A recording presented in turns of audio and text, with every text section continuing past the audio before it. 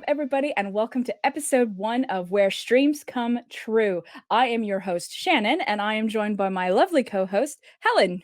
Hello. So, if you haven't heard of us before, we had, sadly, about a year and a half ago, a visual effect podcast called Pending Final. Well, one of those episodes, we geeked out about Marvel because we are massive Marvel fans, but also have a huge appreciation by being in the VFX industry. I figured, why not? Let's just translate it over. And so now, where streams come true, we're going to talk about all things Disney Plus. So, of course, today we are talking about WandaVision. Now, Helen and I, we have not talked about this yet. We made a point. I've not talked about this, so all the reactions and hot takes and everything is fresh off. So, yes. So, Helen, first things first, do you like the show? I like the show very much, yes. How about you? I'm actually very pleasantly surprised. I didn't know what to expect because if I'm quite honest, in the movies, Vision and Wanda, not my favorites, except I do love it in like Endgame where like she appears and the other characters like, why has she been up there like the whole time? But like as Yeah. them as a couple, I was kind of like, do we need a whole show about them? But the minute I had the first episode and it was very Dick Van Dyke, and once you got used to this as a parody and things, they were brilliant. The chemistry was great. I loved both of them, and I was so pleasantly surprised.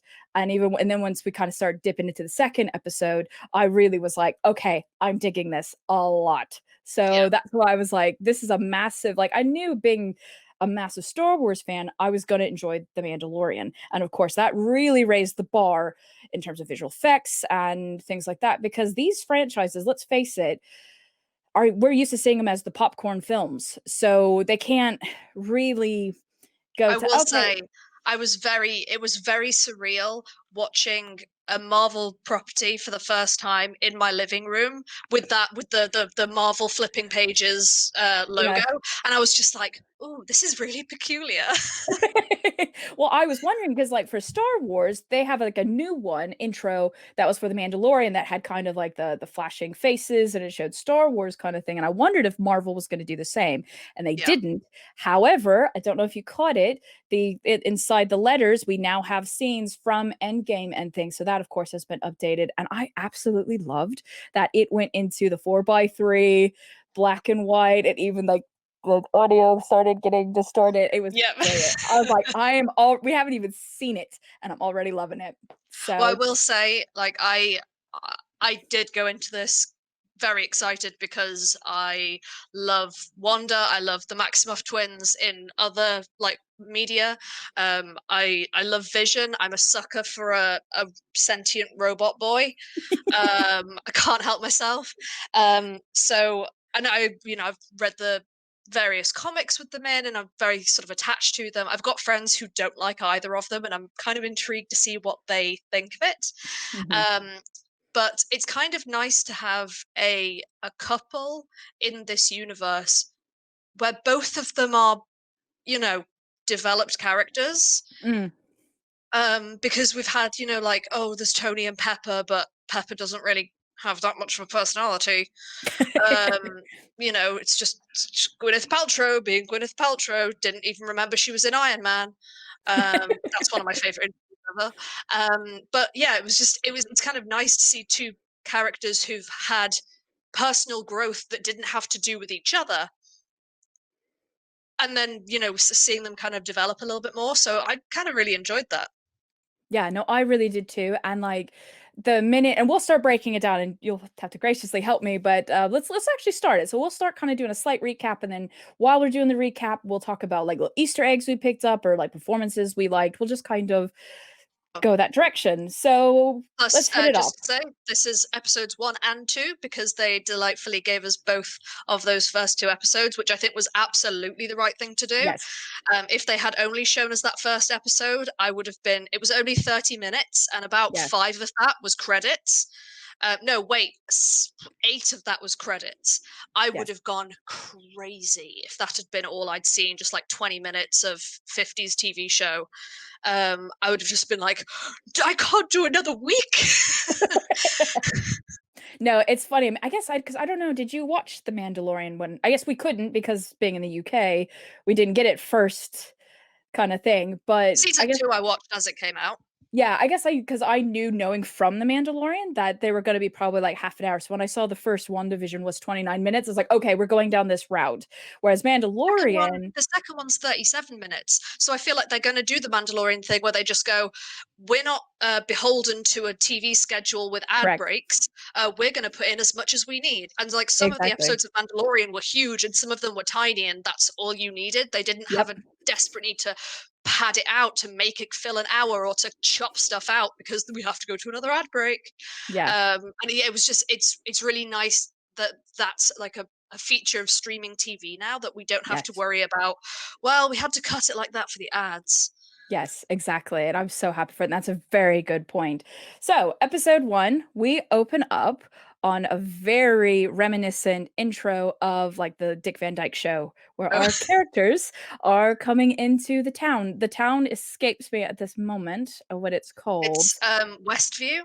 Westview, which I do know the phone number is a New Jersey postcode. So that I know, but yeah, I was just like, I was funny. I was looking at the signs for the smaller details, but not the bigger details. But Well, I only really spotted that in the second one because when they had the intro for that one, they very clearly had the sign of the town. So that's where I clocked it there. I yeah, actually didn't check to see if it changed between episodes because you haven't. That is something I will say about this. I am like focusing on every minute detail because I don't know what's going to come out later as being yes. extremely important. There is something in episode 2 that I am going to bring up. Yes, please. Oh yeah, that's that. Yeah. Plus, also, you're kind of my Marvel to my Star Wars. Like, I can tell you all sorts of Star Wars canon stuff. You are definitely more the Marvel. You know more of the comics. So I'm really looking forward to kind of. I've researched a little bit about House of M and the Visions, where it's speculated that this show is covering or taking story cue points from, and that could maybe help with our speculations I down can the definitely end. already see some bits. So Yeah, awesome. So yeah, I loved that we come in and we have kind of the song and dance, and I also love the very practical effects of the little pop, kind yes, of very I Dream a Genie, Bewitched, Dick Van Dyke, going yeah, through, and I was loving it, absolutely loving yeah. it, The and little so magical sparkles are just so endearing. I'm like, can we just have those for the whole show? oh my god, and like the whole like Yeah. face, and I will say this show has made me absolutely love Elizabeth Olsen as well. Is it Elizabeth? See, I had no like I've loved her since she first appeared. It's really funny watching her accent steadily just disappear as it goes on. Like she starts off like this really heavy Eastern European, and now she's just like Americana. Well, I have a theory that I think that her and her brother, because of their upbringing and everything, watched these old sitcoms in Sokovia. Is it Sokovia? Sokovia. Sokovia. And so she's gonna pick, and also, I mean, they picked up that accent great because a bit later you can tell it's like the facade breaks for a Hmm. second and the voice changes, and we're now back to modern day speaking, and it's so subtle, but it's so well done. But Hmm. so yeah, so our main characters are in the kitchen, and there is a heart on the calendar, and both of them, for the life of them, cannot remember what this heart is for and everything. And it already sets up that whole kind of 1950s. There's not a lot of backstory kind of thing, but also I think helps set up the History. okay, yeah, and also kind of like a what's going on kind of thing. But I love that the exchange. That's what hooked me, which within like the first 5 minutes, I was like, this is gonna be great because I Yeah. believe their chemistry, and I'm all Although about chemistry. there was a sort of, they're sort of lovely with each other and blah blah blah, and she breaks a plate on his head by accident. He says, oh, my wife with her flying saucers, and she says, my husband with his indestructible head, when the last time we saw him he was literally having the front part of his skull ripped out, and it's just like, oh, Yeah, too it is. soon. Yes, and I think that's on purpose. Like I think if Absolutely. this is like we're getting kind of the fluff before the angst. Like we are going to Mm, end with some angst. I wanted to ask you just before we start keep deep diving, is this a limited series where this is it, or are we going to maybe get another series. season? It's classed as a mini series, so Okay, gotcha. Because I I'm know, like guessing for it'll just example, be this. Okay, because I know for example, the Book of Boba Fett and Obi-Wan is literally you're just getting that quote season or series. That's it. There's no, it's not like Mandalorian where we're getting multiple seasons or series, depending which country you live in, because obviously here in the UK we say series, but that means something completely different in America. So you say seasons. But there you go. So yeah, help continue on with kind of like how the recap of the show. Yeah, so with our beautiful main stars, not entirely sure with what this significance is of this date. We see Vision heading out to work, where he is working at a computational company, which I thought was delightful because that's just every single sitcom where it's just, the mysterious computational company. The dad goes to work in an office doing job. Which also I feel like there's so many people out there who do jobs like that where they're just like, wait, what is the actual purpose of my work? Like, I Like, can or feel you that a lot of people relating to that somewhat, just being like, but the inputs and outputs for what? yeah, exactly. Like, what? You can absolutely see that Vision being a a robot boy is looking for the sort of the logistical inconsistencies in his world, and he's sort of puzzling out what he's doing, even though he's obviously perfectly good at it. He doesn't really understand why. You're kind of seeing those cogs starting to turn. Maybe something's not quite Yeah. 100% right. Yeah.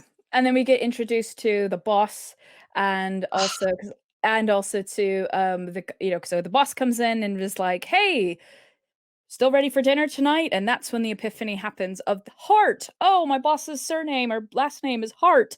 Ah, that's what that meant. Blah blah blah blah. And then, we even get introduced to another character, was I forget his name, was like, "Oh yeah, so and so didn't get the promotion." And he's like, "Yeah, but my wife thought a 5-course meal was appropriate," and things like that, which I think it's funny. I think sets up something going on in the second episode, but we'll get there in a Yeah. second. But so then we have this epiphany, and this is when Vision calls Wanda, correct? To be like, or has the friend come over? When does the Yes, friend come so over? the friend appears just before he gets to work, and we are introduced to Agnes, who is the stereotypical from every sitcom, that next door neighbor who you don't really know anything about. She just seems to appear every so often to make a kooky joke and then disappear, and always has that off-screen husband, which I would love to talk about a little bit Yes. Oh, afterwards, yes. Me too. because I have two different theories for that one. But she sort of goes through all the different things that it might be, and Wanda is steadily trying to work out what it is that it might be. And suddenly the idea of, aha, an anniversary. Perhaps it's our anniversary. So Agnes sits her down with a magazine, and all the things that you can do to make your husband, I guess, love you more. The Yeah, 50s were weird. yeah, Um, the seduction techniques, like yeah, that was hilarious. uh, just fall into his arms randomly. Like, oh yeah, this seems 50s ish. Yeah, do a swoon. Um, so we meet her, and Vision calls Wanda, and we have that wonderful, again, classic sitcom miscommunication of, well, I thought we should impress the wife. Well, I thought we should impress the husband, where they both are getting completely different things out of it. Um, it's again, it's surprising how funny it was. I wasn't Yes. expecting to actually laugh out loud at like these really corny jokes, but Yes, I me was too. just completely taken away with it. Yeah, me too. I was thinking that too. Like, I was like, oh wow, this is actually really funny because I can very much relate to the you think you're talking about the same thing only to get home and it's like, nope, we are not on the same page in music. So I was like, I can relate to this so much. It's not even funny. Uh, so So we go go ahead. on, go on. No, you go ahead. Okay, so we move on to the evening where Mr. Hart and Mrs. Hart are arriving into the household, and obviously Wanda, thinking that it is an anniversary, is dressed in a very um, I'm gonna say tastefully flirtatious robe. Negligee, yeah. Yeah, the sort of big fluffy sleeves and all beautiful fake what are they called? Feather Like, boas yes. all around the edges. It's gorgeous. And with the lights off, it thinks that the man in her living room is her husband. Jumps up behind him with her hands over his eyes, and asks, "Guess who?" Wonderful miscommunications ensue, and we hear Vision blowing this off as, oh, she's from Sokovia. It's a weird tradition there. And lovely to see Mrs. Hart just kind of just going with it. And later on in the episode, doing the same thing back to her, like, thank you for having Oh my god, I laughed so hard at that. fantastic. I really, really love that actress. That was great. She's from that '70s show, which is Yeah, funny, another sitcom. So there's gonna yeah, be, I think, some fun, like, Easter eggs within Easter eggs kind of thing, absolutely. or, like, deeper cuts that it's like so yeah, but I love that, and I love that we kinda we're establishing, "Hey, we have not forgotten this canon, this Zerkovia canon kinda thing that, no, this is where she's from, we have not forgotten it. Yes, the accent is gone, but" yeah.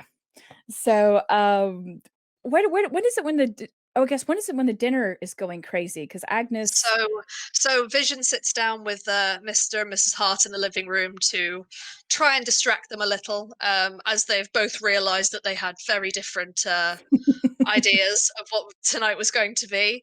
And luckily, Wanda has befriended Agnes, and Agnes. What housewife doesn't have a 5-course meal just lying around at home? And another call out to her husband Ralph, who only eats baked beans, which I just loved so much. So she's got lobster and steak and like 5 courses of absolute nonsense with mint jellies and do you set your own jellies, which is one of my favorite things because those meals, woo, the jelly. Woo. I felt like such I a non-typical housewife. I was like, when she says jellies, is she meaning savory jellies? Is she meaning like, she's jelly as in meaning Jello? oh no, she's meaning like those crazy throughout most of American history, it seems like you guys set everything in gelatin constantly That's for true. dinner parties. And it just made me think of those where it's just like shrimps in gelatin and it's like, here, there's your dinner.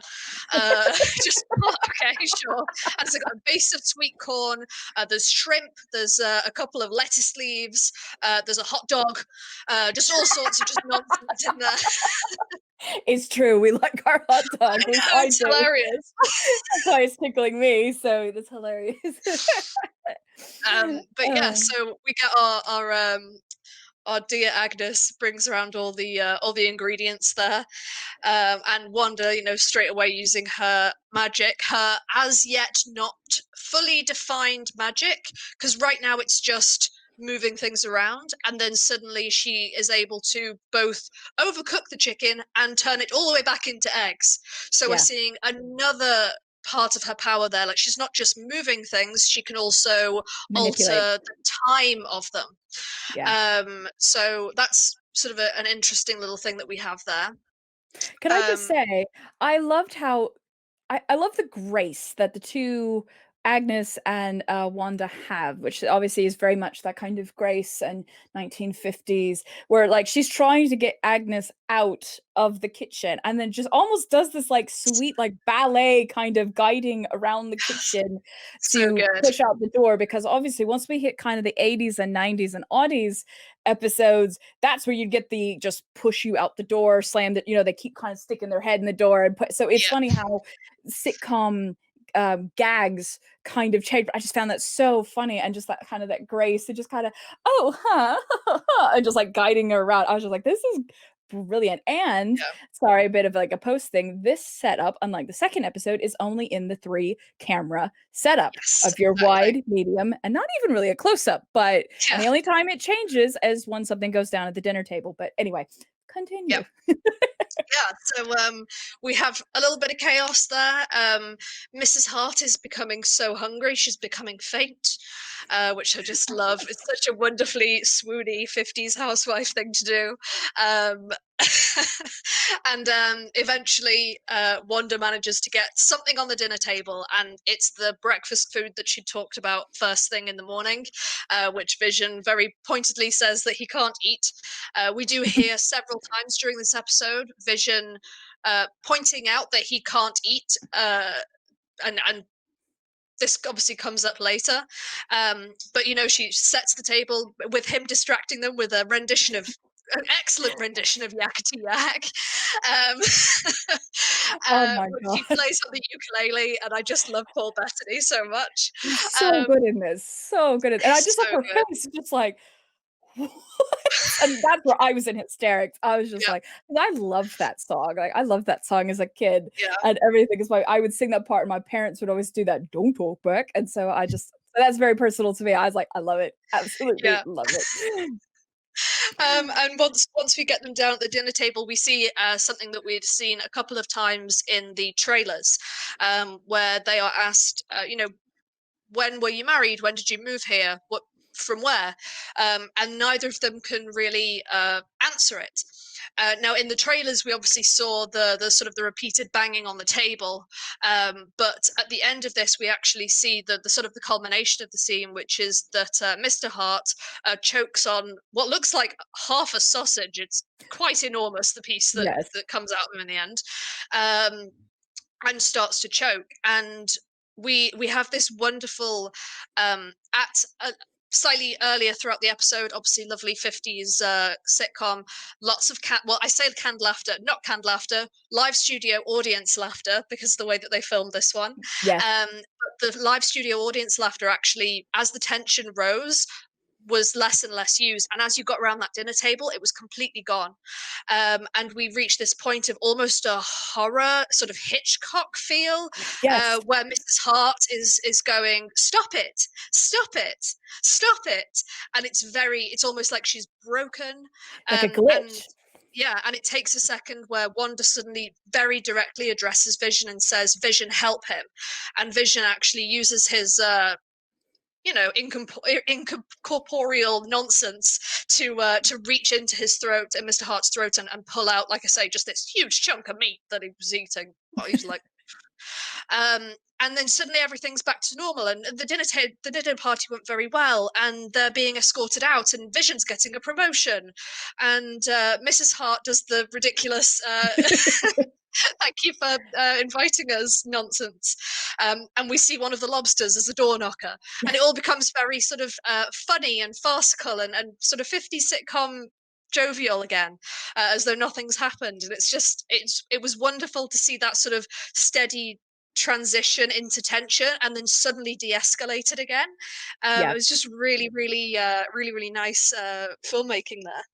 Yeah, definitely. And I just what I also think is interesting and I wonder is I'm wondering if Wanda made him choke on accident and not even know it because, she's always kind of like, does she have full control of her powers or whatever? Because it's like she seems to kind of make this alternate universe or whatever. It hasn't really been we tap into it more in the next episode where we're saying that actually she kind of knows what's going on, but with the doing the reverse for the with the chickens and things, but then if she's getting pressured and kind of like getting all these questions, she could have just like accidentally and then to make it the guy To shut make it up. stop, yeah. Yeah, because then Well, like sorry, go ahead. I know. I was just thinking, like, it's interesting how, say, at the beginning of the episode, where we have that misunderstanding with the heart on the calendar, um, she doesn't know what it is either, and she's pretending to know because, haha, it's a funny game.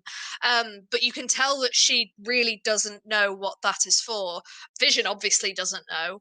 Um, and if she was in full control of this universe, she'd be able to say, "No, that's our anniversary." Yeah. Or she'd be able to have a little bit more control over what was going on. But she definitely does not have full control, and that in that moment where she's able to just like straight down the camera to Vision, Yeah. Vision help him, it was very sort of, oh, now we have Wanda, like actual Wanda from who can do all these things, and not this sort of false version that Yeah. we've Well, been even seeing so he far. seeed to be kinda looking at her, like, 'cause there's several I think I He counted doesn't know. 2. Well, but he is looking a bit panicked, kinda like, "I wanna help him, but can I? Am I allowed to?" Like, he's not glitching, he's not like, "Oh, ha, ha, ha," I'm into I mean, he's, like, kinda like, Looking to her for guidance. Do you want me to?" And then that's when her accent goes to modern day, and she's just like, "Vision, help him," and he's up, and he's like, "Yep, on it, done," and just kinda sorts it out. So it's making me wonder, it's like, what is he? Is he the consciousness? Is he her, like, manifestation of his you know what I mean? This is getting very Yeah. deep very quickly, but it's just kinda like, "Wha what is this?" But Yeah, I just found it really really interesting how um obviously this show wasn't necessarily sold to us as here is the premise because it was just TV show Wonder and Vision. You'll work it out. There was definitely no like, here is our clear premise for this correct. show. The idea is that it's a mystery, Yeah. and like it's going to be steadily sort of exposed over the coming episodes. Um, but it's definitely kind of fun to see. Like I say, I'm waiting for individual little things that happen to come To back pay off. later.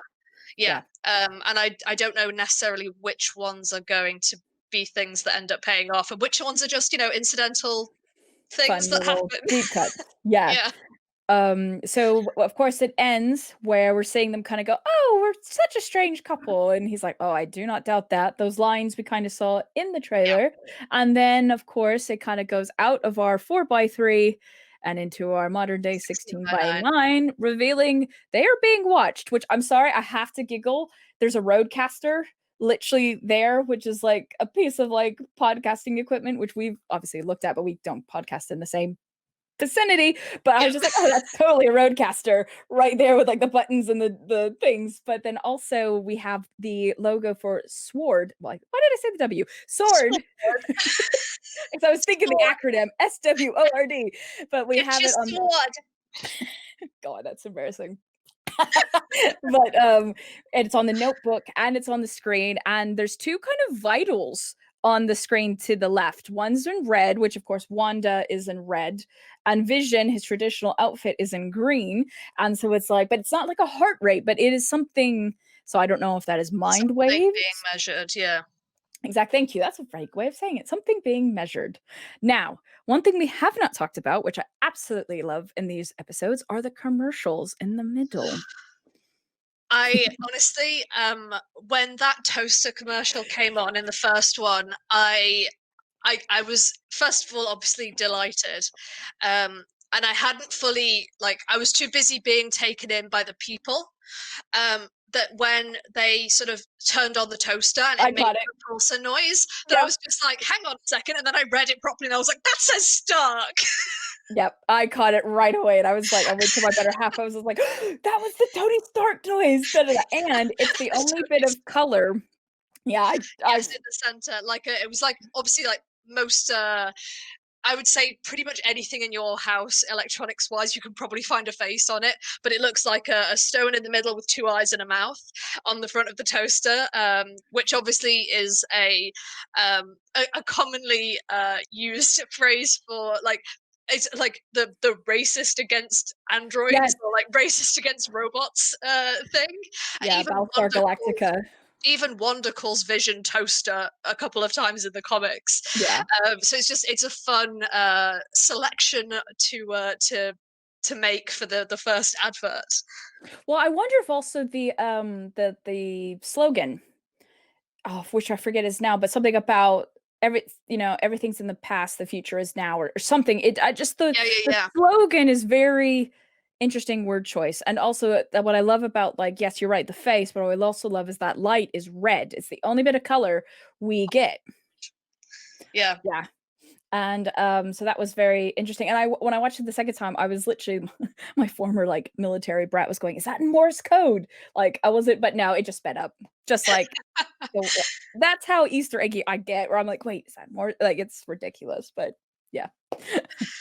Um, Speaking of Sword, though, we did have so in the comics, Sword of it. I'm just going to quickly jump into Go Helen's for in it. comic mode. So in the comics, it's called Sword stands for Sentient World Observation Response Department. But in WandaVision, we actually have confirmation from some cards that have been released that it's actually in the MCU. It stands for Sentient Weapon Observation Response Division. Now, sentient world response, blah blah blah blah blah, is because Sword in the comics is very much extraterrestrial threats. But with this one, with sentient weapon, it makes you think of again the Sokovia Accords, the fact that Vision is a sentient weapon, and really so is Wanda. So are all of the Avengers. Hence the Civil War movie plotline. Yeah. But yeah, so it's interesting to sort of see that that's who is watching them. But yeah, I have a lot of things to say about that maybe later on down the line once we've recapped episode 2. Yes, but anything else that kind of struck you in episode 1 that we haven't talked about or anything like that? I think kind of the Easter eggs I picked up are there and things. I mean, I I mean, have the only other thing is the bottle of wine during the dinner. yes, Um, of course. says Maison de Mépris, which Maison de M, House of M, which is obviously the comic line that people have been sort of calling out this to be. But as you mentioned earlier, the Visions comic series, this also has a lot of bits in common with that, because in the Visions, which was the 2015-16 pretty limited run. The Vision has a family in a suburban household with a wife and 2 children. Whose names are just crack me up. It is Vision. Where is it? Virginia, Vin, and Viv. So some really challenging names for them there. But they have this this suburban household and this life which isn't quite right, and the people around them aren't really sure what to make of them. And something happens at the end of the first volume which kind of sets off all these things in motion.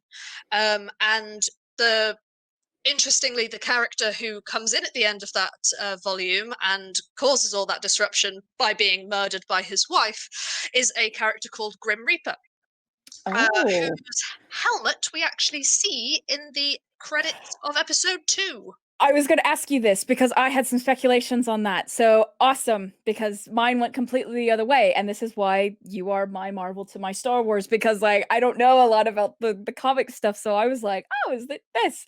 But I'm so glad you also brought the wine bottle and you said that 10 times better. I don't speak a lick of French, so I would have ruined that pronunciation. But yes, it's called like the House of Contempt or House of Misery is like the Yeah. translation. But and it's funny because I know Jimmy Kimmel, I think it was Jimmy Kimmel, asked Olsen, "Is that intentional?" And she just kind of skirted it and was just like, "Well, our art department is amazing," and kind of thing. It's like, and that could be valid. She could be like, "I don't know," because some of these actors in the Star Wars show, Star Wars various properties could be like, "Oh, I didn't realize that's a deep cut to X, Y, and Z." But yeah, I so will say I think the only MCU actor who has actively very clearly never seen a single movie and their agent has never told them just find one comic run so that when they say what would you like to see you can just name it and then just move on, is Jake Gyllenhaal, who very clearly has never seen an MCU movie, doesn't know he's in an MCU movie, having a great time but a little bit like not interested. It's really funny. he was great though. I loved But him as yeah, Mysterio. but everybody else, it feels like they've, especially the ones who are kind of like like lifers, um, it feels like maybe your Robert Downey Jr.'s new Chris Evanses have sat them down as they've come in and been like, okay, you're gonna have to like live this now. Yeah, the You're gonna next have 8. to learn all the Guardians of the Galaxy arcs just so you can pick one when they ask you questions about obscure things that happen to your characters. Yes. So yeah, it's I get the feeling that she she knows and knows not to say anything about it. Yeah, they're always so these properties are always so clever, which I always feel for them when they do these press junkets where that's like, okay, you're gonna be asked about a film that you are not allowed to really talk about or a project. But I Mhm. think luckily with COVID, I don't know, luckily with COVID should be in the same sentence, but because of COVID, it's a bit easier to kind of Yeah. temper these things. But so yeah, I think that is everything so far for episode 1. Do these Yeah, episodes have a name? I didn't even notice this when I was pressing play on. they didn't. I Okay. went to watch them and no. Okay. Episode 1, episode 2. Cool. Awesome. So it's not like The Mandalorian where it's like chapter this called, blah blah blah. Awesome. So, yes, let's break down now and summarize episode 2, which I absolutely loved. Started with the animation, which is totally bewitched. Yep. Loved it. I was literally grinning from ear to ear. And yes, please, let's talk about the kind of animation and the little Easter eggs that you picked up that you had mentioned earlier. Yes. So, like I say, there was a uh, Helmet. I'm gonna call it a helmet. With the comics, you can never really tell whether they're supposed to be like pieces of fabric or like a piece of metal or what it's supposed to be because they're all just crazy costumes. Like, what on earth does Hawkeye wear in the comics? It could be felt for all I know. Um, but yeah, so we see this. It's in sort of on a shelf in the background. This helmet of a character who so far has not appeared and so far has not been mentioned, called Grim Reaper, who has a connection to Wanda and Vision. In that, well, to Vision mostly, in that his in the comics, his brother is actually the sort of where Vision came from. It's his mind that made Vision. And Grim Reaper, like I say, is also the one who gets murdered by Vision's wife in the Vision's comic series. So they kind of have quite an intertwined history because of the Grim Reaper's brother, whose name is Wonder Man, which is a wonderful name. Uh, and Wonder Man actually appears as a poster in the background of the shopping cart animation. We also see, I think it's Bova Milk, Yes. which is the name of the character who helped Wanda give birth in the comics at one point. And we also see Auntie A, which is it's for kitty litter and it's got a black cat on it, which people, I think, fairly quickly sort of clocked that maybe Agnes was supposed to be Agatha, Agatha Harkness from the comics, who has famously a black cat and is actually the one who really taught Wanda to, you know, be a witch rather than just a mutant with weird powers that aren't very well defined. Yeah, no, I absolutely loved it. And yeah, and it was also when we were talking about the signs in the thing. And the sign this time says about it's something about the home is how you make it, Yes. which is also funny because making it is a 60s slang for fornicating as well. Minor detail there. I don't know if that's intentional or not, but that's also what's kind of funny is that kind of thing as well. But yeah, I just loved it. And I also loved right away we were with different cameras, the set's a bit different. I'm going to say it up top because I'm going to forget. Also the color, the black and white shifts. It's Yes. intentional, but it's starting it'll flicker from a certain more like a black and white to then almost like this slight it's very slight, and again, it's the visual effect person in me. You probably picked this up too with this, it's almost goes to a slight sepia tone. It's very subtle, and I bet a lot of people probably missed it, but It's yeah. actually really easy to see if you just look at the thumbnails for the episodes, because one is more, I would say, like a blue tint black and white, and one is more of a red tint black and white. So you can go cooler and warmer. Let's just use the Yeah. better Yeah. name for it. But you can see that that it's changing just episode to episode just on the thumbnails. And I think that's probably the easiest way to see it because you can directly compare. Yeah, definitely. But I saw that and it made my eyes kind of go, oh, too many years of like watching frames and making sure there's no errors. So it's like, I was like, oh, hang on a second.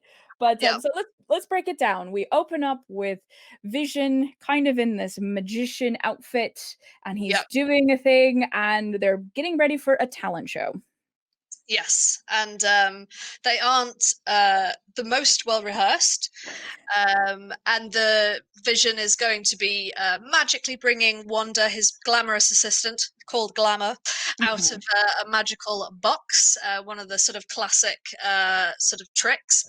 And when she brings out the box, it is the most obvious picture of the Mind Stone that we could Yes. possibly have had. The front of it is just the top of the box has the Mind Stone with the sort of the shape of the gem, and then you've got the rays coming off of it, and it's a really pretty design. But like immediately, I was like, wow, real subtle there, eh? Yeah.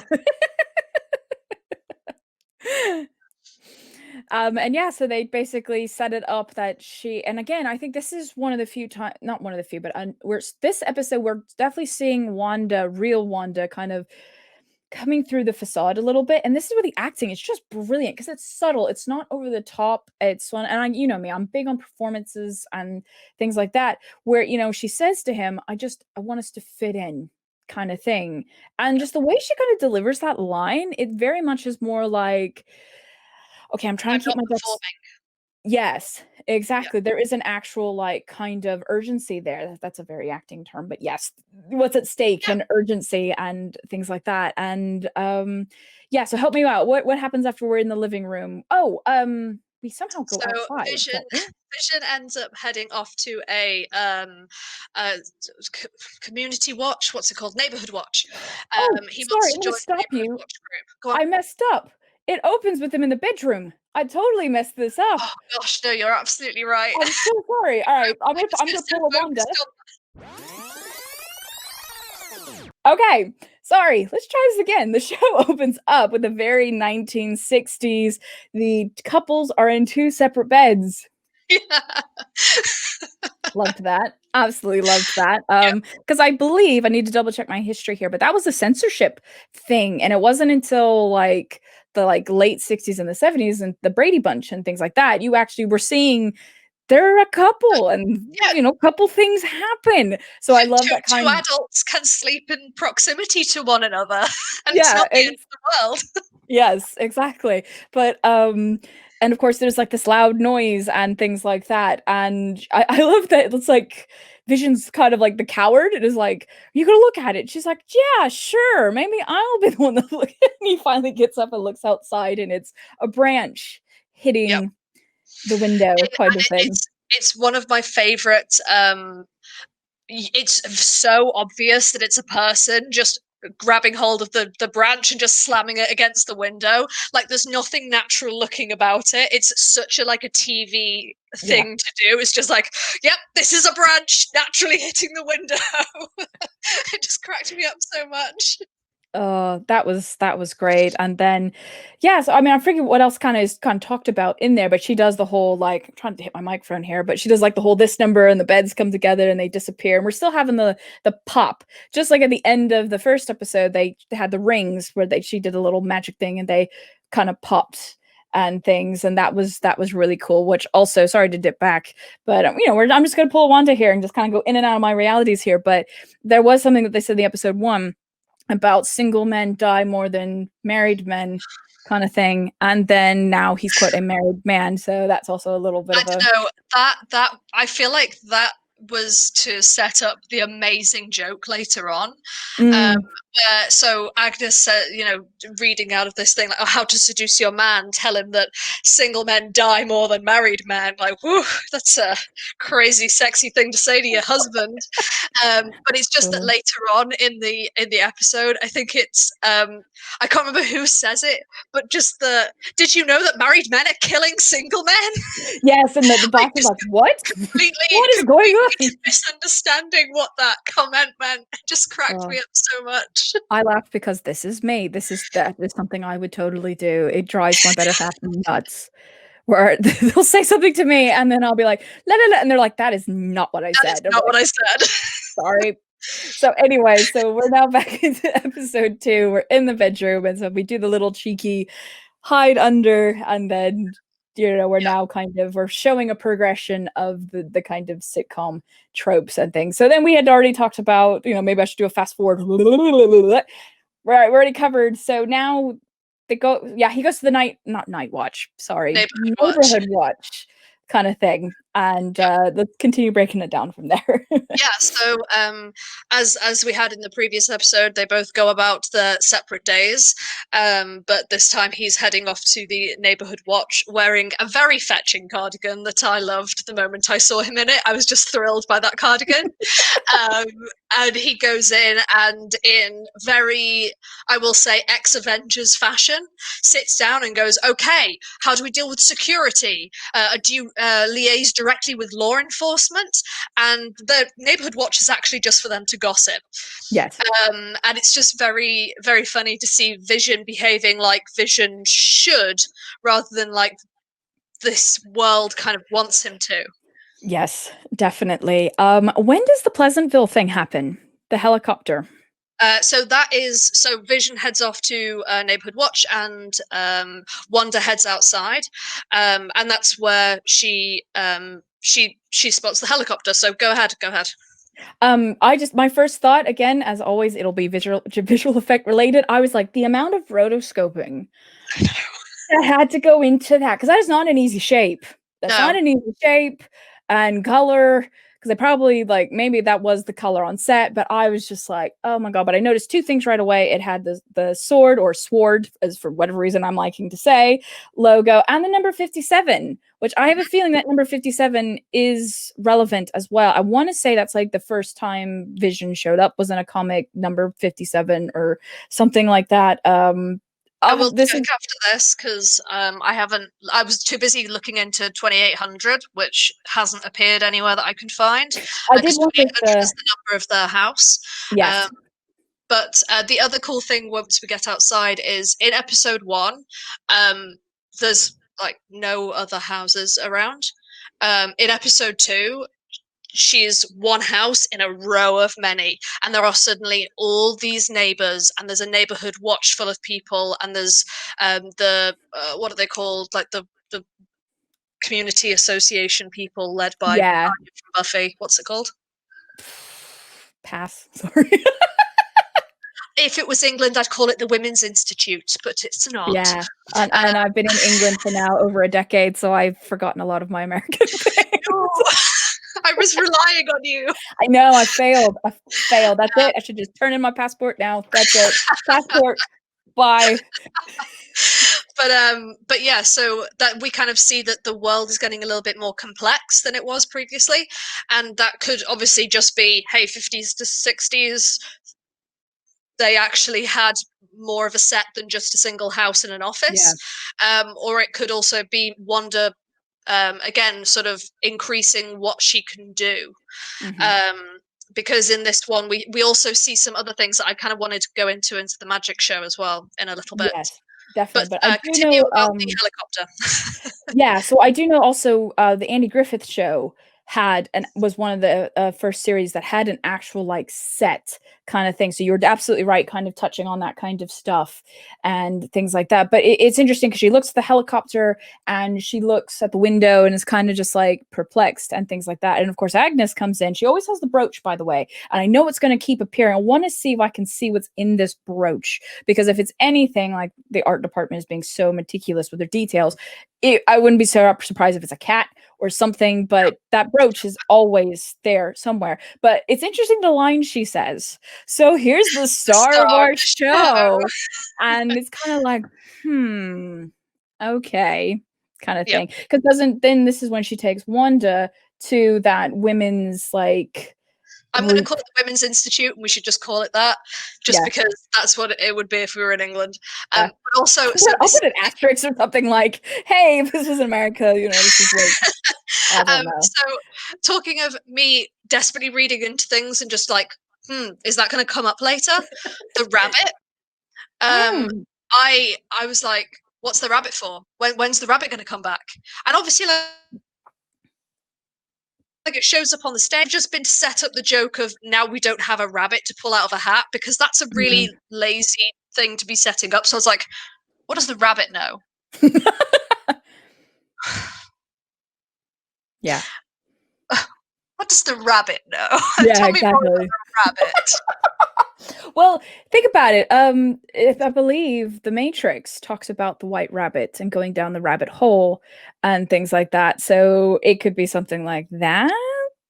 It's probably just an Easter egg, or just an offhand thing. But like, you have to get permits and stuff, and you have to like filming with animals is a pain.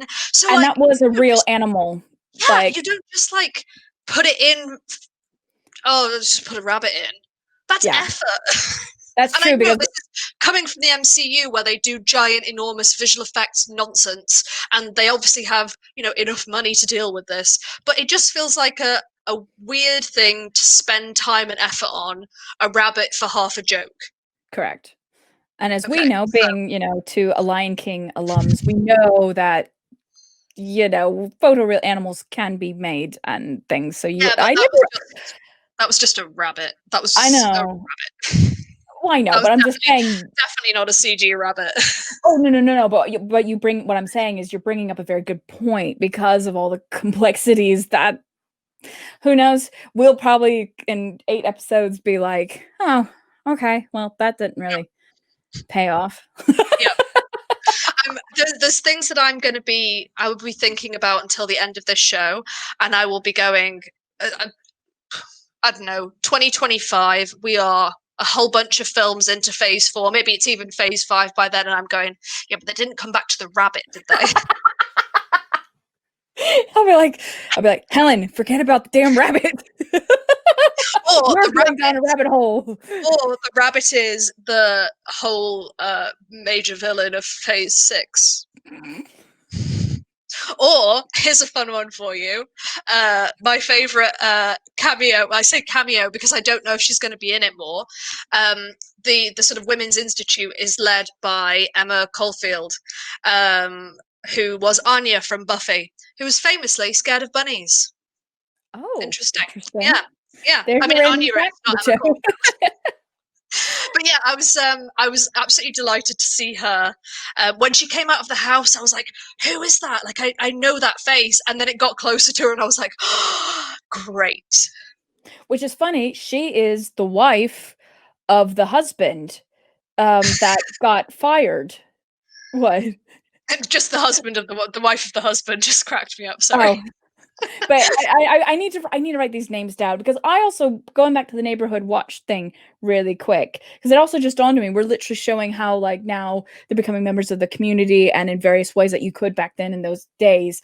I have a theory. One of those people in the community watch is from real time and is in there and he's not part of the facade and things like the one who I think it's the gentleman that gave him the stick of Big Red to Vision who chewed the gum and then accidentally swallowed it. Like I don't know. I have some theories building in my head and I need to get better with the characters because I don't want to be like, hey, that one dude that I don't want to Yeah. try to racially describe kind of thing. It's But just like, it's not even that. It's like they've all got like one of them's definitely called Norm, and one of them's yeah. called Herb. But I don't know who is Norm and Yeah. who is Herb. Yes. Um, but yeah, it's it just I also have some feelings that I will definitely go into a little bit Yeah. later. So when we're at the Women's Institute meeting or whatever, they're talking about the talent show and things, and I keep going Oh, on the about children. for the children, for the children. There's obviously that blonde who's from Buffy, has a lot of spite towards Wanda, which of course, because Wanda, husband, he got the promotion and the other husband got fired, kind of thing. But we also see a new character appear next Who to her. introduces herself somewhat stiltedly as Geraldine. Yes, which should we spoil who we think this is? It's not really a think. We know what the casting is. Okay, It's well, it's been Mo- officially confirmed for a long time. okay, well, yeah. So it's Monica Rambeau. Yep. Yeah, and the way she delivered the line of, "Oh, I'm," and now here's my question: was it because she was going to say her real name, or she got caught in the kind of glitching for a minute, and that's why she paused, kind of thing? I again from the trailers, we hear her specifically say, like, I don't know why I'm here or I don't Okay. know what's going on. So I Yes. think that she my husband and I have we're basically fairly certain that she arrived in on that helicopter, and that she is a sword Oh, agent. Like, because obviously she was only a wee baby in 1990s Captain Marvel. yeah. Um, but if She was she my has age. That's if what's she so scary if watching she has Captain now, Marvel. Like, yeah, but if she's now sort of gone, oh, there's this, this organization that I can join, and she has either tried to, for other reasons, fly over, or has tried to get into Wanda's universe. Wanda could have sort of unwilling or unwittingly stopped that by turning that real helicopter into a toy. And oh, because Geraldine, obviously Monica, doesn't really. I feel like she's maybe a little bit confused by what's happened. yeah, But also during the talent show, the only two characters who really clock that something isn't right and are continuing to pretend that they don't know something's not right is Agnes and Geraldine. yeah, Which is why I'm in two minds about the rest of the like neighborhood watch. yeah. Um, I haven't quite decided who I trust out of those yet. Yeah. So it has basically they go on about it in the kind of poolside meeting or whatever. It's very interesting that Wanda's the only one in slacks or trousers, And pants, she obviously. mentions a couple of times like, "Oh, is my outfit wrong?" Yeah. Yeah. Um, and Geraldine's like, no, I like it. But Yeah. everyone else is in those like classic 60s dresses with the classic 60s hair. Oh my But it's God. almost like Yeah. Wanda's kind of too far ahead of things. Like she's almost 70s instead of 60s. Like she hasn't quite like Yeah. landed on the right decade when it comes to her outfit. Yes. Um, but yeah, like that was good, and I really enjoyed that little sequence with the group of ladies at the pool. Yes. And then at the end, so I think this is where we have the commercial break, but I think we'll talk about the commercials at the end of our like recaps, but kind of Yeah, thing. So we have Wanda now helping clean up, and they're kind of just talking back and forth. And again, you can kind of see this like hostility towards each other. And then the radio breaks with one of my favorite songs from the Beach Boys, which is Help Me Rhonda. yeah, But of course, they've cleverly slightly edited it where it's Help Me Wanda. Wanda. And then Yeah. also at the same time, we're getting a modern voice that which we heard in the trailers, which was kind of the Wanda, where are you? What have they done to you? Are they hurting you? Maybe that's kind of paraphrasing, but and it It's really who's doing this to you that's it. specifically. Thank Um, you. but what I found interesting was this came just at this section with Wanda cleaning up and the sort of little snippy back and forth came just after Vision had taken that big red gum, obviously big Yep. red Wanda, Yep. big red gum from one of the community watch, and we had that beautiful internal shot of the Vision where it literally like goes into his stomach and Oh, gums up all the gears that that was apparently are inside him, amazing. which is such a lovely thing to do. But when he sort of swallows that gum, that's when we cut back to Wanda. And my immediate thought when the radio was happening was that it was Vision calling out to her saying, "Help me, Wanda." Like that he had clocked that something was Oh. wrong by the fact that he'd eaten something. Um, Mm. but then obviously we unfortunately closed captioning, amazing, wonderful, accessibility for all, wonderful. Please stop spoiling who people are using closed captions. This Oh. happened where the closed caption descriptions was something like dark trooper sound, and people were like, oh, okay, so they're dark troopers, cool. Yeah. This one, Jimmy Woo. So now we I knew it was him. I could tell it from was, the voice. but I was frustrated because I was like, that could have been like a little mystery where you aren't quite sure who it is, but closed captioning once again saves slash fails the day. Yeah. But no, I recognize that voice, and I saw him for a very snippet in the trailer, so I know he's coming from Ant-Man, which is Yeah, funny, made me literally just think of your Wanda thing because I was also thinking Quantum Realm making the helicopter small enough. And yeah, so I'm sorry, that just made like a whole nother speculation thing going on. But yes, so this is where I definitely got the Pleasantville vibes, because she's in that trance. The blonde breaks the glass and cuts her hand, and so we're seeing red. And of course, red is very symbolic. It, you know, I mean, that's why you knew in oh my god, not Signs. Oh god, the one where I see dead people. God. Sixth Sense. Thank you. God, totally blank. Sixth Sense, always something. If something's not right or there's a ghost, there's always red in the room. So of course we get the red. Of course, it's that very cheesy, like it's not photo real looking blood, which that's fine. It's a very like cartoony, but very much also very Pleasantville, kind of Yeah. setting up with how the show, this episode ends. But it just really, I loved it, and it made me think of Truman Show. It made me think of Pleasantville. You know, yeah. Especially with Dottie, who's that woman, Oh, looking thank at you. Wanda when she hears the voice on the radio and just going, who, like, and it's almost as it's almost like the interaction at the dinner table where Wanda looks at Vision and says, help him. It's like, this is truly Dottie, and she says, who are you? Yeah. Very serious, no longer performative, just scared. and Yes. and Well, the and then accent changes again.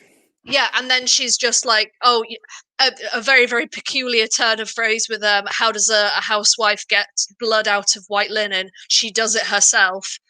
Very peculiar turn of phrase that doesn't seem to make any sense. Haven't heard Yeah. that one before. Feels like that is supposed to imply something. Yeah. But yeah, just I was just, because I heard her say it and I was like, did I mishear? No, that's what she said. That's weird. Yeah. Definitely. So we get, when do we get to the actual talent show? When does that So that's happen? straight after this. Okay. Gotcha. We have Wanda in her beautiful assistant's outfit, looking fantastic, Yeah. and we see Vision arrive. And it turns out that gumming up the Vision's works with chewing gum makes him drunk, Oh, and brings out Paul Bettany's real voice. he was amazing. Like, I've loved Paul Bettany for a while, but he's always played kind of the bad guys or character. Like, he'll always be in A Beautiful Mind. Like, that's how my first introduction. And then I think A Knight's Tale came before A Beautiful Mind, but I didn't really like him in A Knight's Tale. But like, and I know, I'm sorry, don't crucify me. I'm sorry, A Knight's Tale. I could even get through it when they were literally opening the film with "We Will Rock You." I just couldn't. I just couldn't. I was like, "What is this?" But I was like, "When did that come out?" I think I was still in high school or maybe early college. But anyway, but I love Paul Bettany, and this was brilliant and a great choice. And because also that added that great kind of, sorry. It was 2001. I was right. I'm amazing. Oh, nice. Okay, so I was barely in high school then. So I was like a sophomore in high school. So I was not, my film education isn't what it is now. And I think my better half would still argue with me, because she's like, what do you mean you haven't seen this? But anyway, but it was great because again, it really was that great communication, because we've been there. We've all had that friend or better half, or that you're just like, oh god, this is not the time, like, okay. And again, it's at stakes. And I just loved how with the magic tricks and things, how, and she does this great, like the way she does her fingers for like Yeah. the magic. I know it sounds So ridiculous, but no, that's no, just, you're absolutely right. It's. I like what they've done because they've made some like iconic hand shapes, like the way that you obviously needed the iconic Spider-Man hand shape.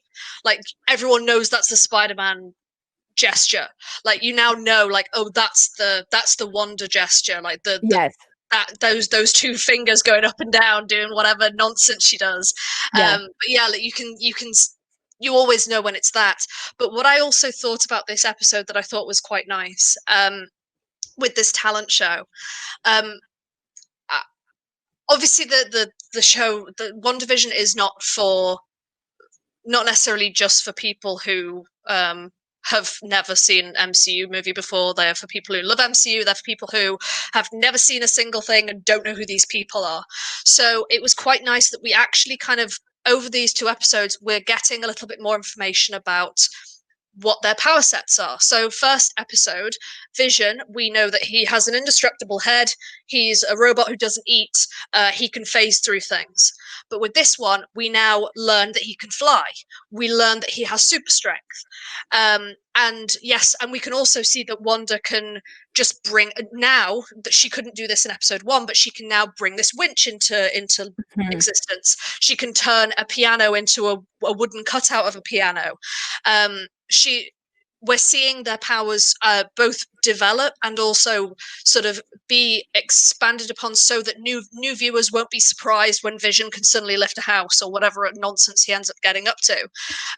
We'll have been introduced to all of this ahead of time, and I know we see them doing all these things in the trailers, and I know we've all watched the movies, but my mum can watch this and understand what's going on, and she definitely has watched the movies but isn't like the most clued up on everyone's power sets.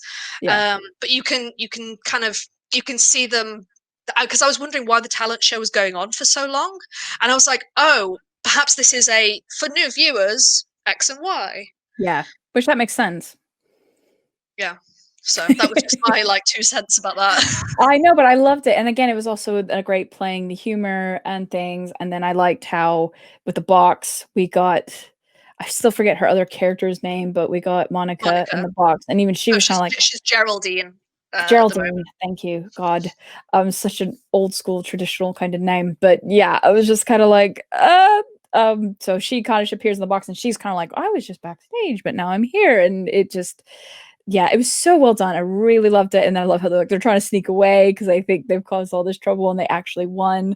And then lo and behold, we get into the house, and he does the little spin and dip, which is funny in the trailers. I thought this was them coming in from their wedding day, so it was a very clever kind of bait and switch. But no, because he was wearing the top hat kind of thing. But no, it was them coming in from the Magic talent show. Thank you.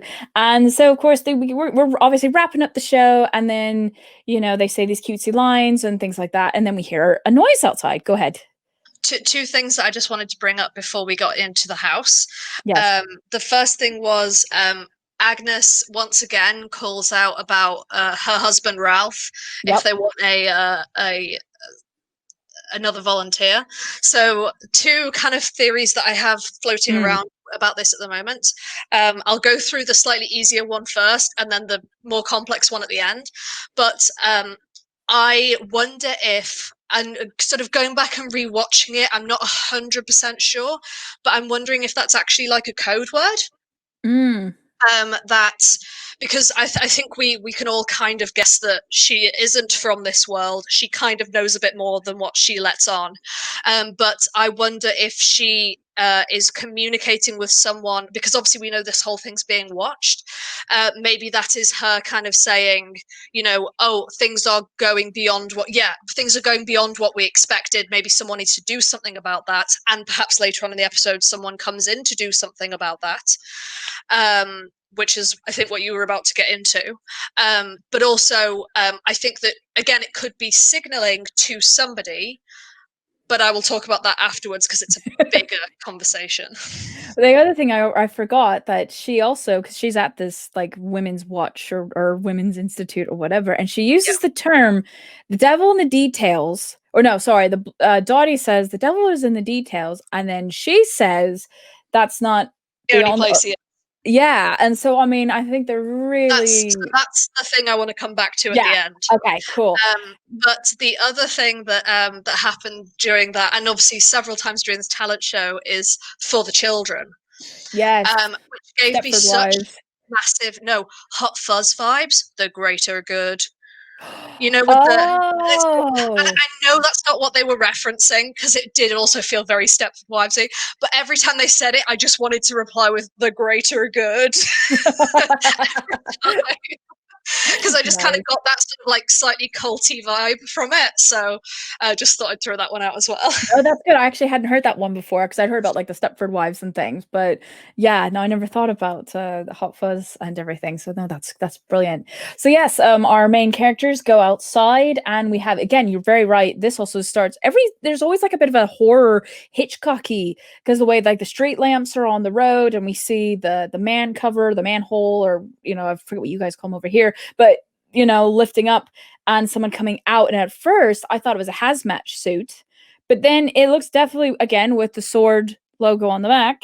But then it also, but more, it looked like a beekeeper, but that didn't sound like bees. That sounded like flies. And I was just like, what the heck is this? And clearly Wanda knows what this is because, again, voice changes. She's now in modern day and she goes, no. And we see her proper rewind and we're like, okay, this is, this Her is reality.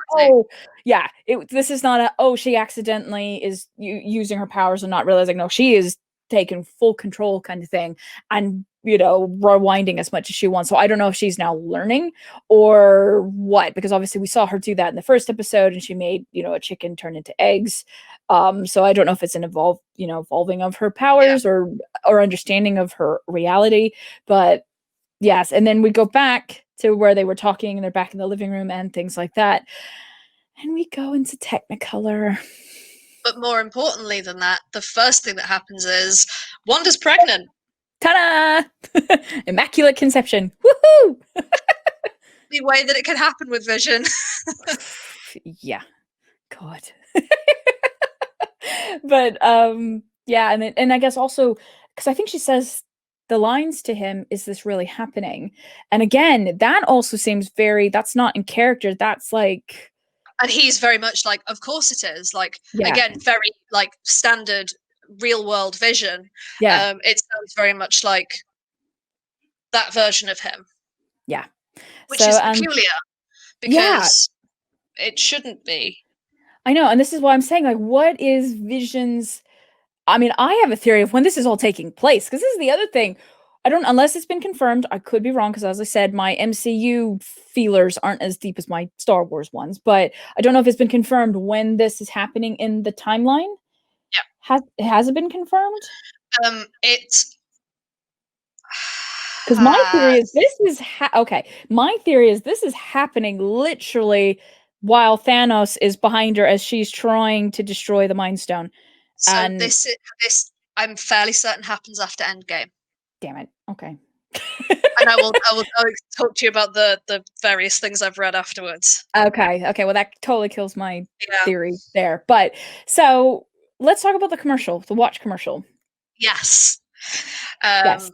So obviously we have two. So first of all, it is a sort of Rolex-esque, beautiful watch for the man who has the two most useful things in his life, which are a beautiful wife and a beautiful watch. Yes. To paraphrase. And we see the logo of it with Strucker. Yes. With a little, which I think previously he was just called Strucker. Yes. And underneath that, the beautiful, well-known Hydra logo. Yep. So Strucker being in this case, I believe it's Baron von Strucker, who we saw in the MCU in Age of Ultron, which I'm going to come back to a whole bunch at the end of this little chat. Because I have some, again, wild speculations. I love it. But Strucker was the one who was experimenting on the twins because Wanda and Pietro in this universe are not actually mutants for various litigious reasons. They were given these powers via the Infinity Stone that they had, which was in fact the Mind Stone at the end of it all, I believe, because it was in our beautiful cube. But what's kind of interesting there is there's a lot of things that kind of pull us back to the Age of Ultron story. Obviously, everybody in this that we've talked about so far has had ties back to Ultron in some description. So I've kind of got some wild theories to go back to later on down the line. Nice. But no, and again, also much like the light in the first commercial, the ticking, it does it makes me think of that one that was, it started going faster, and it wasn't just tick, tick, tick. It started to go faster and, it wasn't doing the takes a licking and keeps on ticking. That was an American watch commercial when I was growing up. But but I noticed the Hydra right away. And that's when I noticed the sound effect for Stark and obviously Stark Industries. So that's when I was like, okay, these are going to be hidden in. But also, what's very interesting now, this could be a little bit looking too much into it, and I might have my decades wrong because I'm failing at American history. But Hydra is, oh no, actually completely forget that because Hydra is Nazis. I was about to say Russians because in the 60s it was the Cuban Missile Crisis. Never mind.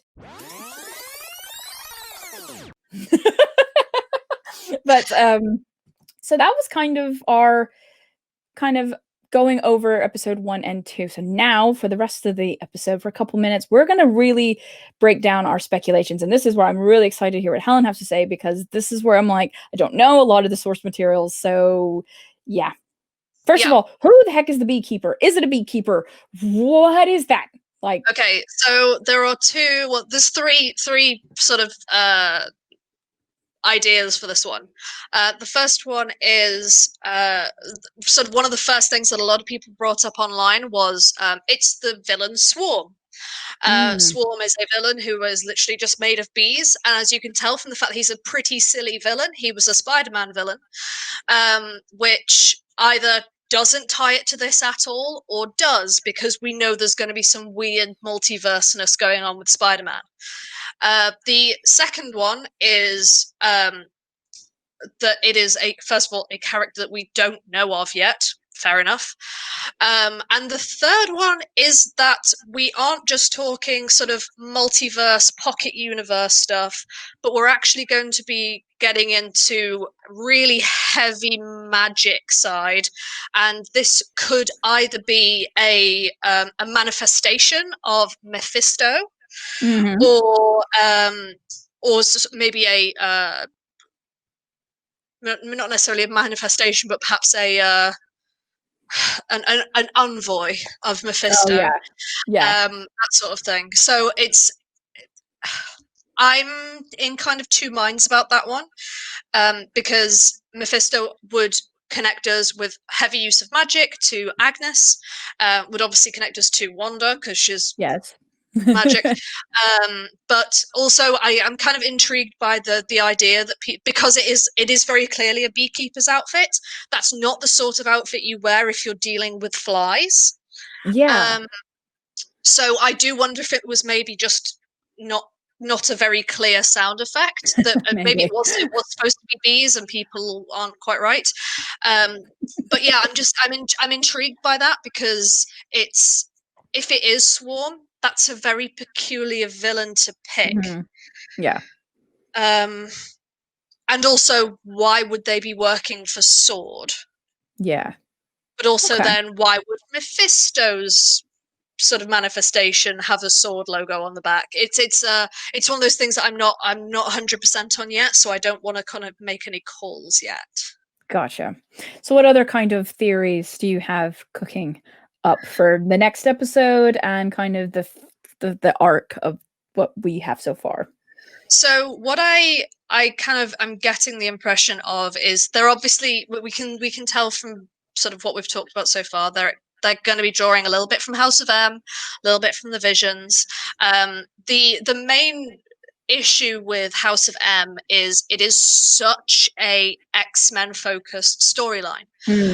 Obviously, Wanda from the comics is a mutant, therefore part of the X-Men universe.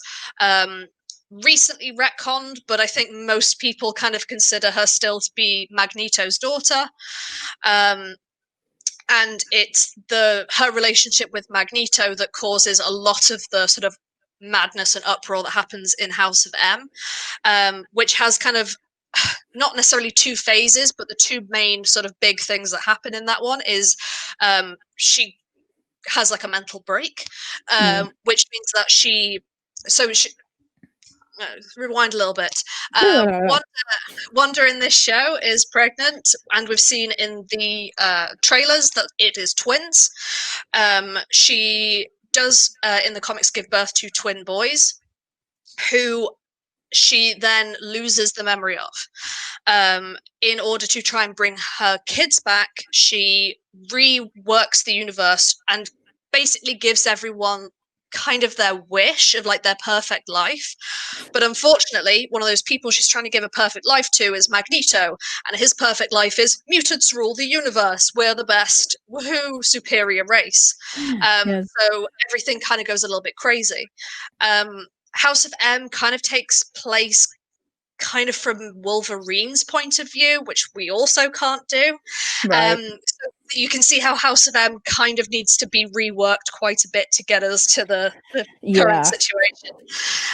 The end of House of M is where we hear sort of Wanda say her sort of infamous line of "no more mutants," and she pretty much decimates the entire population of mutants, and it comes down at the end of that to like there are a few hundred mutants left in the world.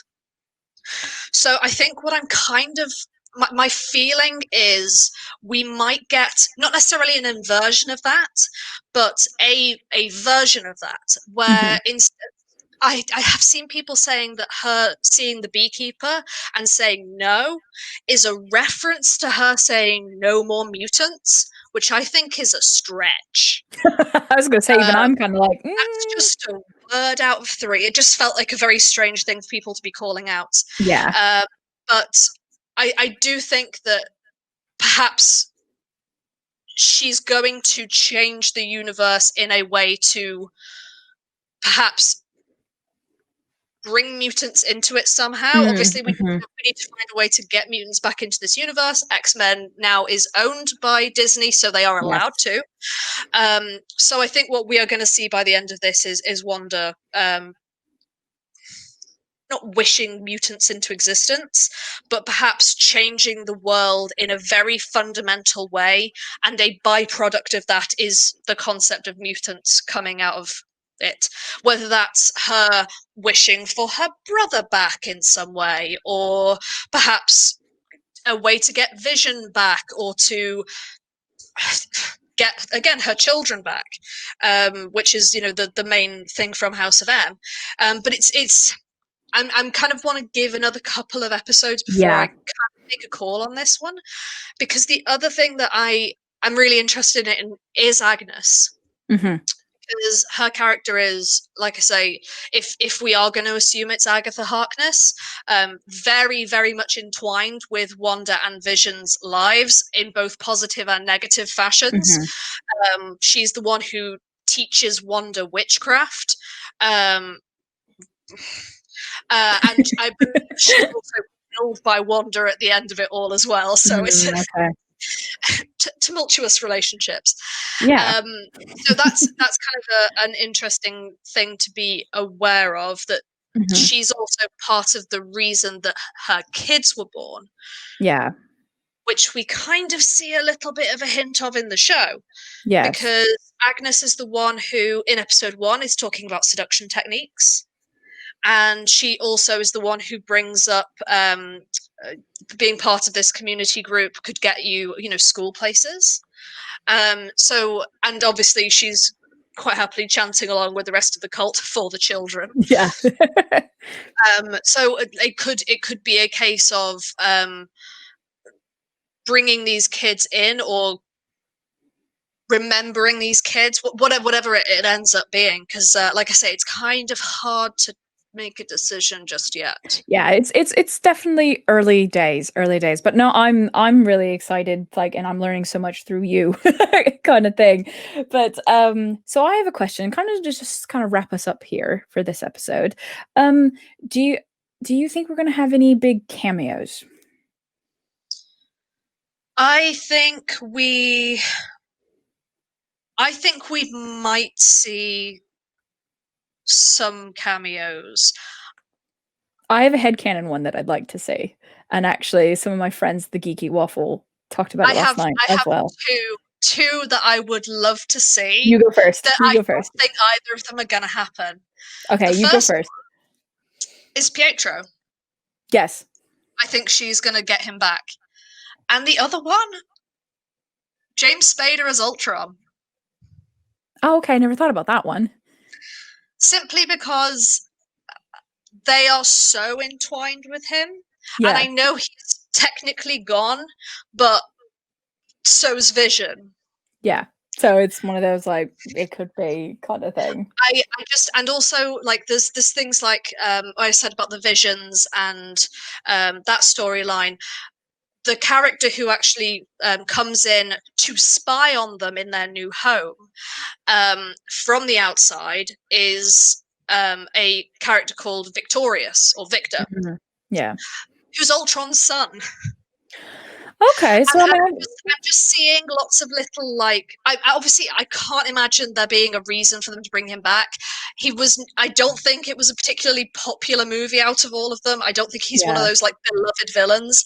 I love him because I love James Spader and I also love yeah, a robot movie. But yeah, like he's my sort of dream. nice. I was thinking kind of towards the sitcom route that I would love for Quicksilver to appear, but have both of them appear. Because you know in Full House Yes. there's an Uncle Jesse and crap, I literally just forgot the other uncle name. But have Evans Peters and Aaron what's his nuts? Sorry, I forget his name, but how fun. But that would literally it wouldn't even be like a story purpose. It would definitely be more of a fan service. Like, yes, we Yeah. are acknowledging there are two Quicksilvers. There are, you know, where But one. the thing is, they could do that because it would then give, I guess, precedent to bringing back Tobey Maguire and Andrew Garfield and all that True. nonsense for Spider-Man, which we know is happening. Yeah. No, so that's So true. But yeah, I heard that because I was watching a show yesterday and they said it. I was like, oh my God, I'm the only one that's feeling this way kind of thing. And that's how they could get away with it with kind of, hey, here's these uncles kind of thing. And here's both of them. I will lose my mind. You're gonna get a text, you're gonna hear me screaming from like 60, 80 miles away. I'll be like, oh my God, they actually did it. But yeah, I don't know. I just thought that'd be really fun and also a bit of tongue in cheek to kind of like, in a weird, it's not quite canon, but like it's a way to be like, yeah, this is how we have two of them. And yes, we are acknowledging there are two of them, but yeah, sure, I would that would love be that. my that would be my kind of big cameo kind of thing. But I know there's been some speculation that Doctor Strange is going to appear at the end Yeah, because of they're obviously doing the film together kind of thing. So yeah, I was just kind of curious, like if you had some, but yeah. yeah, I mean, knowing that she's going to be in Multiverse of Madness, we yeah, can assume that she uh, affects or causes the multiverse mm, to be quite as, because I believe they've been saying that the Doctor Strange movie is going to be not a horror movie, but like a thriller movie almost. yeah. Um, and if they have, say, I don't know, an entire pocket universe of absolute chaos magic. Maybe. Who knows? Oh, well, great. Anything else we want to kind of say for this episode? I know we could go on for Yeah, hours, but yeah, I don't think there's anything else I want to bring up today. Let's save anything else for next time. awesome, awesome. So, with that, Helen, where can people find you so we can Oh, continue this conversation? you can find me on Twitter at Ketsi Ita N. I can put the link in the description. I tend to tweet mostly nonsense and mostly retweet other people's nonsense. And the same thing on Instagram. Awesome. And then you How can about you, find Shannon? me. You can find me at Shenanigen on Twitter, and that's spelled with an E-N, not an A-N, where I'm kind of talking about all things kind of post-production, of course, obviously Star Wars, gaming, and then now this show. And this show also has its own kind of Twitter, and it's where streams underscore CT, because I couldn't do where streams come true as a whole thing, which I was bummed about. But hey ho. So yes, and that's where we'll be posting this kind of episode and the audio link as well if you're listening to the audio version of this episode. But as I said, we are where streams come true, where we're covering all things Disney Plus, and right now we are breaking down the first Marvel show that has come to Disney Plus, which I think so far what we have seen, I think we're in agreement with this, has really exceeded expectations. I really didn't go in with a lot of expectations, but I'm very pleasantly surprised and cannot wait for what comes in episode 3. So we will see you guys next time. Bye.